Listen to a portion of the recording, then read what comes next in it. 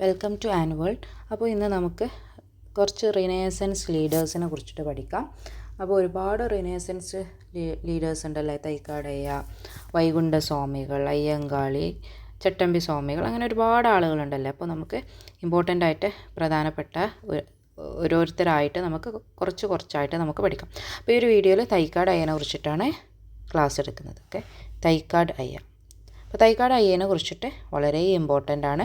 PSC exam, അതേപോലെ HSST, മെയിനായിട്ട് HSST ആണ്. HSA, LP UP ഒക്കെ ഇമ്പോർട്ടൻ്റ് ആണല്ലേ. അപ്പോൾ PSC ജനറൽ ആണെങ്കിൽ കൂടി ഇമ്പോർട്ടൻ്റ് ആണ്. ഈ റിനേസൻസ് ലീഡേഴ്സ് എന്നുള്ള ഭാഗത്തു നിന്ന് ഒരുപാട് ക്വസ്റ്റ്യൻസ് വരാറുണ്ട് PSCക്ക്. സോ നമുക്ക് തൈക്കാട് അയ്യനെ കുറിച്ചിട്ട് കൂടുതലായിട്ട് പഠിക്കാം. ഓക്കെ, തൈക്കാട് അയ്യൻ്റെ ഒരു കാലഘട്ടം എന്ന് പറയുന്നത് 1814 മുതൽ 1909 വരെയാണ് കാലഘട്ടം. അദ്ദേഹം 1814 നാഗലാപുരം എന്ന സ്ഥലത്തായിരുന്നു അദ്ദേഹം ജനിച്ചത്. അദ്ദേഹത്തെ അറിയപ്പെട്ടിരുന്നത് സുബരായൻ എന്നായിരുന്നു അദ്ദേഹം അറിയപ്പെട്ടിരുന്നത്. അപ്പോൾ തൈക്കാട് അയ്യയുടെ ഒറിജിനൽ നെയിം എന്ന് പറയുന്നത് സുബരായൻ എന്നായിരുന്നു. 1814 മുതൽ 1909 വരെയാണ് അദ്ദേഹത്തിൻ്റെ കാലഘട്ടം. അദ്ദേഹത്തിൻ്റെ പ്ലേസ് ഓഫ് ബർത്ത് അല്ലേ, എവിടെയായിരുന്നു? നാഗലാപുരം ആയിരുന്നു. അദ്ദേഹം ഒരുപാട് പേരിൽ അറിയപ്പെടുന്നുണ്ട്. അത് ഏറ്റവും പ്രധാനപ്പെട്ടതാണ് ഗുരുവിൻ്റെ ഗുരു ഓഫ് ഗ്രേറ്റ് ഗുരുസ് എന്ന് പറയുന്നത്. അദ്ദേഹം അറിയപ്പെടുന്നത് ഗുരുവിൻ്റെ ഗുരു അഥവാ ഗുരു ഓഫ് ഗ്രേറ്റ് ഗുരു ആണ്. തൈക്കാട് അയ്യ അറിയപ്പെടുന്ന ഒരുപാട് പേരുകളിൽ പ്രധാനപ്പെട്ടതാണ് ഗുരുവിൻ്റെ ഗുരു. പിന്നെ അദ്ദേഹം അറിയപ്പെടുന്നതാണ് ശിവരാജയോഗി. അദ്ദേഹം അറിയപ്പെടുന്ന മറ്റൊരു പേരാണ് ശിവരാജയോഗി. അതേപോലെ ഹഠയോഗോപദേഷ്ട എന്നും അദ്ദേഹം അറിയപ്പെടുന്നുണ്ട്. പാണ്ടിപ്പറ, അയ്യാവു സ്വാമികൾ, സുപ്രണ്ട് അയ്യ എന്നൊക്കെ അദ്ദേഹം അറിയപ്പെടുന്നുണ്ട്. അപ്പോൾ അദ്ദേഹം അറിയപ്പെടുന്ന മറ്റു പേരുകളും വളരെ ഇമ്പോർട്ടൻ്റ് ആയിട്ടുള്ള ഒന്നാണ്. ഗുരുവിൻ്റെ ഗുരു, ശിവരാജയോഗി, ഹഠയോഗോപദേഷ്ട, പാണ്ടിപ്പറ, അയ്യാവു സ്വാമികൾ, അതേപോലെ സൂപ്രണ്ടിൻ്റെ അയ്യ എന്നും അദ്ദേഹം അറിയപ്പെടുന്നുണ്ട്.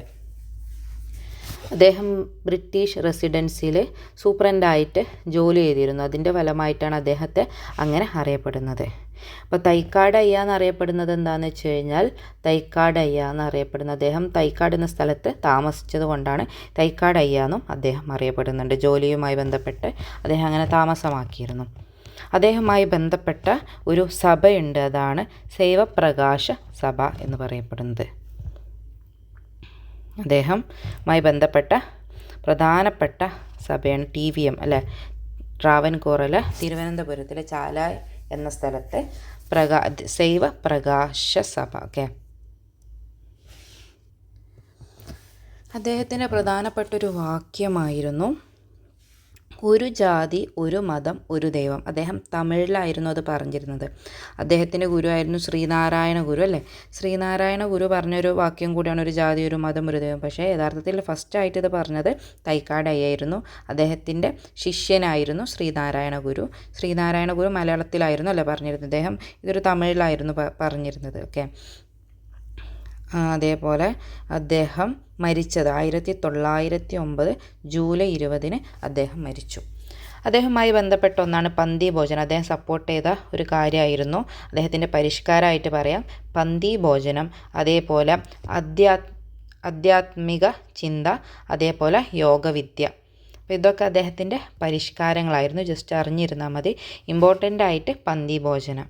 ഓക്കെ, ഇനി അദ്ദേഹത്തിൻ്റെ കൃതികൾ വളരെ ഇമ്പോർട്ടൻ്റ് ആണ്. കൃതികൾ തൈക്കാട് അയ്യയുടെ പ്രധാനപ്പെട്ട കൃതികളാണ് ബ്രഹ്മോത്തര കാണ്ഡം എന്നറിയപ്പെടുന്നത്.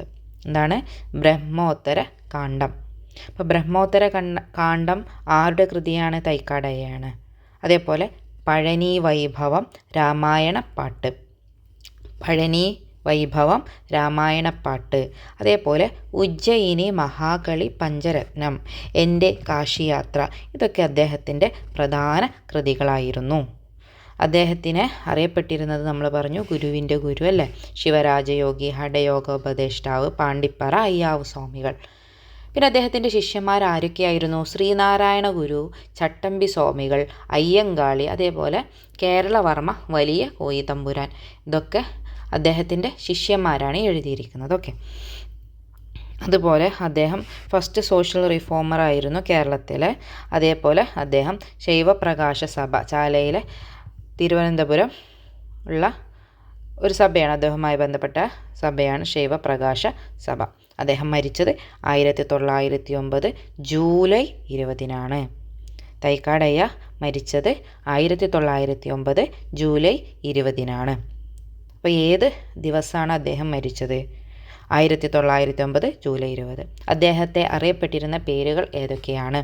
ഗുരുവിൻ്റെ ഗുരു, സൂപ്രണ്ട് അയ്യ, ശിവരാജയോഗി, ഹഠയോഗോപദേഷ്ട, പാണ്ടിപ്പറ, അയ്യാവു സ്വാമികൾ, തൈക്കാടയ്യ അല്ലേ? അദ്ദേഹത്തെ അറിയപ്പെട്ടിരുന്ന പേരുകളാണ്. അദ്ദേഹത്തിൻ്റെ ശിഷ്യന്മാർ ആരൊക്കെയായിരുന്നു? ശ്രീനാരായണ ഗുരു, ചട്ടമ്പി സ്വാമികൾ, അയ്യങ്കാളി. ശ്രീനാരായണ ഗുരു, ചട്ടമ്പി സ്വാമികൾ, അയ്യങ്കാളി, കേരളവർമ്മ വലിയ കോയിത്തമ്പുരാൻ. അദ്ദേഹത്തിൻ്റെ കൃതികൾ ഏതൊക്കെയായിരുന്നു? രാമായണപ്പാട്ട്, പഴനി വൈഭവം, ബ്രഹ്മോത്തരകാണ്ഡം, ഉജ്ജയിനി മഹാകാളി പഞ്ചരത്നം, എൻ്റെ കാശിയാത്ര. എൻ്റെ കാശിയാത്ര, ഉജ്ജയിനി മഹാകാളി പഞ്ചരത്നം, രാമായണപ്പാട്ട്, പഴനി വൈഭവം, ബ്രഹ്മോത്തരകാണ്ഡം. ഇതൊക്കെ അദ്ദേഹത്തിൻ്റെ കൃതികളായിരുന്നു. അദ്ദേഹവുമായി ബന്ധപ്പെട്ട ഒരു പരിഷ്കാരമായിരുന്നു പന്തിഭോജനം. ജാതിയുടെ വ്യത്യാസം ഇല്ലാതെ ഭോജിക്കുക എന്നുള്ളൊരു പരിഷ്കാരമായിരുന്നു അദ്ദേഹം കൊണ്ടുവന്നത്, പന്തിഭോജനം.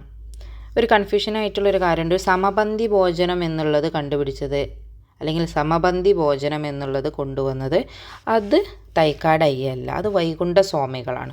അപ്പോൾ വൈകുണ്ഠ സ്വാമികൾ അല്ലേ, വൈകുണ്ഠ സ്വാമി എന്നുള്ളത് നമുക്ക് കണക്ട് ചെയ്ത് പറയാം.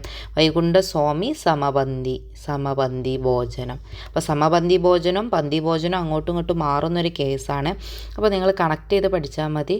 വൈകുണ്ഠ സ്വാമികൾ എന്നുള്ളിടത്ത് സ്വാമി ഉണ്ടല്ലോ, അതാണ് സ്വാമി സമപന്തി അല്ലേ. അപ്പോൾ വൈകുണ്ഠ സ്വാമികൾ സമപന്തി എന്ന് ഉറപ്പിച്ചിരിക്കാം. അപ്പോൾ എന്ത് ചെയ്യും, അത് ഉറപ്പിച്ചു കഴിഞ്ഞാൽ തന്നെ പന്തിഭോജനം തൈക്കാടയ്യ എന്ന് കണക്ട് ചെയ്യാൻ പറ്റും. അദ്ദേഹം അറിയപ്പെട്ടിരുന്നത് സുബരായൻ എന്നായിരുന്നു. ഓക്കെ, അദ്ദേഹത്തിൻ്റെ കൃതികൾ കുറച്ചും കൂടി ഒരുപാട് കൃതികളുണ്ട്. അതിൽ ഇത്രയും കൃതികളാണല്ലേ പറഞ്ഞത്, അപ്പോൾ കുറച്ചും കൂടി കൃതികളുണ്ട്. വേറൊരു കൃതിയാണ് ഹനുമാൻ പാമലൈ.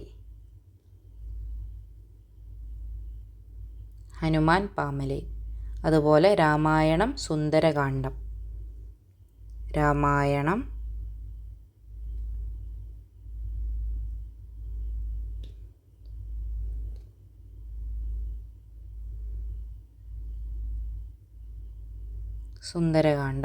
അതുപോലെ എൻ്റെ കാശിയാത്ര, അതേപോലെ ഉള്ളൂരമർന്ന ഹുകൻ.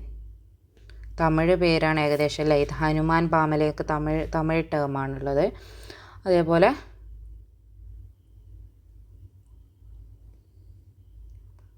ഉള്ളൂരമർന്ന ഗുഹൻ, ഇതും അദ്ദേഹത്തിൻ്റെ കൃതിയാണ്. വേറൊന്നാണ്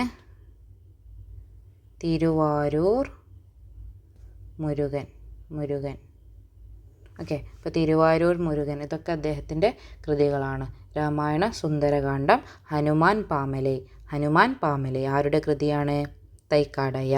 രാമായണ സുന്ദരകാണ്ഡം ആരുടെ കൃതിയാണ്? തൈക്കാടയ്യ. അതേപോലെ ഉള്ളൂരമർന്ന ഗുഹൻ, അതേപോലെ തിരുവാരൂർ മുരുകൻ. ഓക്കെ, അപ്പോൾ ഇതൊക്കെ അദ്ദേഹത്തിൻ്റെ കൃതികളാണ്. സോ നമ്മൾ ഇന്ന് പഠിച്ചത് തൈക്കാടയ്യനെ കുറിച്ചിട്ടാണ്. വളരെ ഇമ്പോർട്ടൻ്റ് ആണ് തൈക്കാടയ്യയുടെ ഡീറ്റെയിൽസ് എന്ന് പറയുന്നത്. അപ്പോൾ എക്സാമിന് ഇത് ഇടയ്ക്കിടയ്ക്ക് ഇത് റിവിഷൻ ചെയ്ത് കഴിഞ്ഞാൽ മാത്രമേ നമുക്ക് ഇത് യൂസ്ഫുൾ ആവുള്ളൂ. ഇതൊക്കെ മറന്നു പോകുന്ന കാര്യങ്ങളാണ്. അപ്പോൾ ഇടയ്ക്കിടയ്ക്ക് ഇത് കേട്ടുകൊണ്ട് പഠിക്കാം. ഓക്കെ, അല്ലെങ്കിൽ ഇതൊക്കെ മറന്നു പോകുന്നൊരു കേസാണ്. അപ്പോൾ ഒന്നും കൂടി പറയാം, ഒരു റിവിഷൻ എന്ന നിലക്ക് റിപ്പീറ്റഡ് ആയിട്ട് കേൾക്കുന്തോറും ഇത് നമുക്ക് ഈ ഒരു കാര്യത്തിൽ നമ്മൾ കൂടുതൽ എന്ത് ചെയ്യും, കൂടുതലായിട്ട് നമുക്ക് ഇത് യൂസ്ഫുൾ ആവും, ഓർമ്മയിൽ നിൽക്കും കേട്ടോ. അപ്പോൾ തൈക്കാടയ്യനെ കുറിച്ചിട്ട് പറയുകയാണെങ്കിൽ അദ്ദേഹം സുബരായൻ എന്നാണ് അറിയപ്പെട്ടിരുന്നത്. അദ്ദേഹത്തിൻ്റെ കാലഘട്ടം ഏതാണ്? 1814 മുതൽ 1909 ആണ്. ഗുരുവിൻ്റെ ഗുരു എന്നറിയപ്പെട്ടു. ശിവരാജയോഗി, ഹഠയോഗോപദേഷ്ട പാണ്ടിപ്പറ അയ്യാവു സ്വാമികൾ സൂപ്രണ്ട് അയ്യ, ഇതൊക്കെ അദ്ദേഹം അറിയപ്പെട്ടിരുന്നു അല്ലേ. അദ്ദേഹവുമായി ബന്ധപ്പെട്ട സഭയാണ് ശൈവപ്രകാശ സഭ, ചാലൈ, തിരുവനന്തപുരം. ഓക്കെ. അതേപോലെ ഒരു ജാതി, ഒരു മതം, ഒരു ദൈവം എന്നുള്ളത് ഫസ്റ്റ് അദ്ദേഹമാണ് ഈ ഒരു ആശയം കൊണ്ടുവന്നത്. തമിഴിലായിരുന്നു അല്ലേ. അദ്ദേഹത്തിൻ്റെ ശിഷ്യന്മാരാരൊക്കെയായിരുന്നു? ശ്രീനാരായണ ഗുരു, ചട്ടമ്പി സ്വാമികൾ, അയ്യങ്കാളി, കേരളവർമ്മ, വലിയ കോയി തമ്പുരാൻ. അതേപോലെ അദ്ദേഹത്തിൻ്റെ കൃതികൾ, പരിഷ്കാരങ്ങളാണ് പന്തി ഭോജനം. അതേപോലെ അദ്ദേഹത്തിൻ്റെ കൃതികളാണ് ബ്രഹ്മോത്തരകാണ്ഡം, പഴനി വൈഭവം, രാമായണപ്പാട്ട്, ഉജ്ജയിനി മഹാകാളി, പഞ്ചരത്നം, എൻ്റെ കാശിയാത്ര. ഓക്കെ. അപ്പോൾ ഇത്രയും ഇമ്പോർട്ടൻ്റ് ആയിട്ടുള്ള കാര്യമാണ് തൈക്കാട് അയ്യനെ കുറിച്ചിട്ട് അറിഞ്ഞിരിക്കേണ്ടത്. അപ്പോൾ നിങ്ങൾക്ക് ഇത് കൂടുതലുമായിട്ടുള്ള വീഡിയോസ് ആവശ്യമുണ്ടെങ്കിൽ, ഇത് യൂസ്ഫുൾ ആണെന്നുണ്ടെങ്കിൽ നിങ്ങൾ എന്ത് ചെയ്യുക, സബ്സ്ക്രൈബ് ചെയ്യുക, ലൈക്ക് ചെയ്യുക. അതേപോലെ ഇത് യൂസ്ഫുൾ ആയിട്ടുള്ള ഒരുപാട് ആളുകളുണ്ടാവും, അവർക്ക് നിങ്ങൾ ഷെയർ ചെയ്യുക. അപ്പോൾ നിങ്ങൾ സബ്സ്ക്രൈബ് ചെയ്യുക. നിങ്ങളെ സപ്പോർട്ട് ഉണ്ടെങ്കിൽ മാത്രമേ നമുക്ക് തുടർന്ന് ഇങ്ങനെ ചെയ്യാൻ കഴിയുള്ളൂ. അപ്പോൾ ഇനി കൂടുതലായിട്ട് ഓരോ റിനൈസൻസ് ലീഡേഴ്സിനെ കുറിച്ചിട്ട് പഠിക്കണം എന്ന് ആഗ്രഹം ഉണ്ടെങ്കിൽ ജസ്റ്റ് എന്ത് ചെയ്യുക, കമൻറ്റ് ചെയ്യുക കേട്ടോ. അപ്പോൾ ആരൊക്കെയാണ് ആവശ്യം എന്നുള്ളത് ജസ്റ്റ് കമൻറ്റ് ചെയ്യുക. ഓക്കെ. അപ്പോൾ ഇന്നത്തെ ക്ലാസ് ഇവിടെ നിർത്തുകയാണ്. ഓക്കെ. So thank you.